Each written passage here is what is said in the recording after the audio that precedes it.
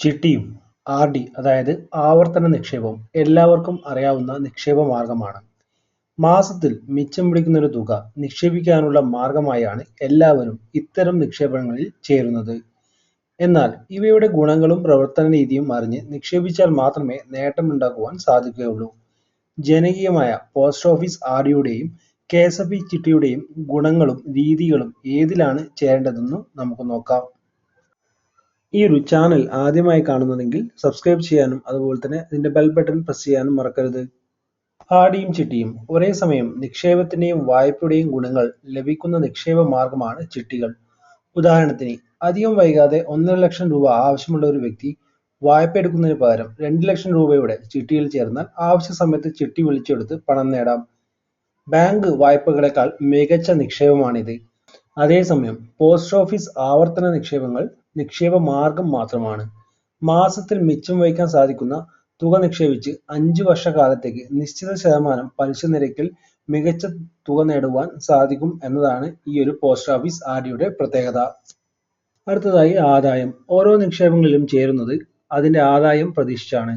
Post office ആവർത്തന നിക്ഷേപത്തിൽ നിന്ന് ഗ്യാരണ്ടിയുള്ള ആദായം അല്ലെങ്കിൽ പ്രോഫിറ്റ് ലഭിക്കുമെന്നും നമുക്കറിയാം. നിലവിൽ 5.8% പലിശയാണ് പോസ്റ്റ് ഓഫീസ് ആവർത്തന നിക്ഷേപത്തിന്റെ പലിശ. എന്നാൽ കെ.എസ്.എഫ്.ഇ. ചിട്ടിയിൽ സ്ഥിരമായ ഒരു ആദായം വാഗ്ദാനം ചെയ്യുന്നില്ല. ചിട്ടിയിൽ നിന്ന് ഡിവിഡൻഡ് ആയാണ് നമുക്ക് അതിന്റെ ആദായം ലഭിക്കുന്നത്. ലേലത്തിന്റെ അടിസ്ഥാനത്തിലായാണ് ഇത് ലഭിക്കുന്നത്. ഈ തുക എത്രയാകുമെന്ന് മുൻകൂട്ടി നമുക്ക് നിശ്ചയിക്കുവാൻ സാധിക്കുകയില്ല. ഡിവിഡൻഡ് ലഭിക്കുമ്പോൾ മാസഅളവിൽ കുറവ് വരുത്തുകയാണ് ചെയ്യുന്നത്. അടുത്തതായി സുരക്ഷിതത്വം. പോസ്റ്റ് ഓഫീസ് സ്ഥിര നിക്ഷേപങ്ങൾ കേന്ദ്ര സർക്കാർ ഗ്യാരണ്ടി ഉള്ളതിനാൽ പൂർണ്ണമായും സുരക്ഷിതമാണ്. കെ.എസ്.എഫ്.ഇ. ചിട്ടിയും ഇതേ സുരക്ഷിതത്വം ഉറപ്പു നൽകുന്നുണ്ട്. കേരള സർക്കാർ സ്ഥാപനമായ കെ.എസ്.എഫ്.ഇ. 1982 കേന്ദ്ര ചിട്ടി നിയമം അനുസരിച്ച് മാത്രമാണ് ചിട്ടി നടത്തുന്നത്. കൂടാതെ പോസ്റ്റ് ഓഫീസ് ആവർത്തന നിക്ഷേപത്തിൽ യാതൊരു പ്രോസസിംഗ് ചാർജും ഈടാക്കുന്നില്ല. എന്നാൽ കെ.എസ്.എഫ്.ഇ. ചിട്ടിയിൽ ഗ്രോസ് ചിട്ടി തുകയുടെ 5% കെ.എസ്.എഫ്.ഇ. കമ്മീഷനായി ഈടാക്കും. അതായത് 1 ലക്ഷം രൂപയുടെ ചിട്ടിയിൽ ചേർന്നാൽ 5000 രൂപ കമ്മീഷനായി നൽകണം. ഇനി ചിട്ടിയുടെ രീതി. ചിട്ടിയിലും പോസ്റ്റ് ഓഫീസ് ആർ.ഡിയിലും മാസത്തിൽ നിശ്ചിത തുക അടയ്ക്കേണ്ടതുണ്ട്. എന്നാൽ നിങ്ങളുടെ സാമ്പത്തിക ലക്ഷ്യം അനുസരിച്ചാണ് ഇവയിൽ ഏത് വേണമെന്ന് തിരഞ്ഞെടുക്കേണ്ടത്. ഒരു നിക്ഷേപ മാർഗമെന്ന നിലയിലാണെങ്കിൽ ചിട്ടികൾ തിരഞ്ഞെടുക്കാതിരിക്കുന്നതാണ് ബുദ്ധി.